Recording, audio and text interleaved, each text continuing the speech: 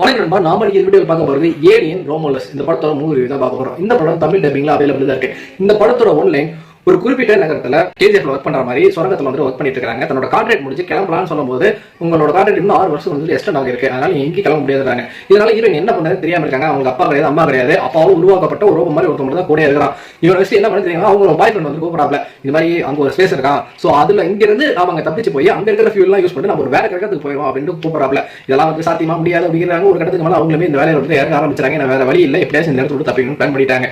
So அப்படி அவங்க வந்துட்டு புதுசா ஒரு ஸ்பேஸ்க்குள்ள போகும்போது அவங்களுக்கு அங்க வந்துட்டு ஏகப்பட்ட பிரச்சனைகள் அப்படிங்கிறது ஏற்படுது. இல்ல யாரும் உயிர் படிச்சா, யாரெல்லாம் அடுத்த போய் சேர்ந்தா என்னதான் அப்படி அவங்களுக்கு பிரச்சனை வந்ததுங்கிறதெல்லாம் படத்தோட மீதி கதையா இருந்தது. படத்துல தமிழ் டப்பிங் நல்லாவே இருந்தது. படத்தோட சிஜி எக்ஸலண்டா இருந்தது. படத்துல ஒவ்வொரு சீனுமே அவ்வளவு அழகாக எக்ஸிக்யூட் பண்ணப்பட்டிருந்தது. ஃபர்ஸ்ட் ஒரு half an hour ஒரு மாதிரி போர் அடிக்கிற மாதிரி இருந்தது. இவங்க போறாங்க, பேசுறாங்க, என்னென்னமோ பண்றாங்க. அந்த ஃபியூல் அந்த ஒரு விஷயம் வர வரைக்குமே கொஞ்சம் போரிங்கா தான் இருந்தாலும் அதுக்கப்புறமேட்டு அந்த ஃபியூலை கண்டுபிடிச்சதுக்கு அப்புறம் அங்க நடக்கக்கூடிய நிகழ்வுகள் ஒவ்வொருமே அவ்வளவு சூப்பரா எக்ஸிக்யூட் பண்ணிருந்தது.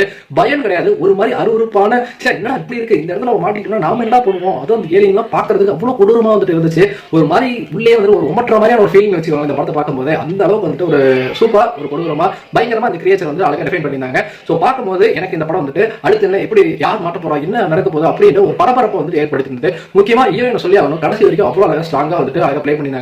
அந்த அப்பா கண்டுபிடிச்ச அந்த ரோபோட்டிக் ஆகட்டும், அவங்க கூட வந்து பாய் ஃப்ரெண்டு, சில அவனோட தம்பி மேல ஒருத்தருக்கான், அவன் பண்ற பிரச்சனைகள் ஏகப்பட்டது. அதுல இருந்து அவன் எப்படி என்னன்னா அதுல ஒரு பொண்ணு பிரெக்னெண்டா இருக்கு, இந்த மாதிரி இந்த கிரியேச்சரை பத்தி ஆகட்டும், அங்க இருக்கிறவங்களோட ஆகட்டும், யாரெல்லாம் எப்படி தப்பிச்சாங்க, என்னெல்லாம் நடந்துருக்கு, ரொம்ப அழகா வந்துட்டு எக்ஸிக்யூட் பண்ணி வந்துட்டு இந்த படத்தை முடிச்சிருந்தாங்க.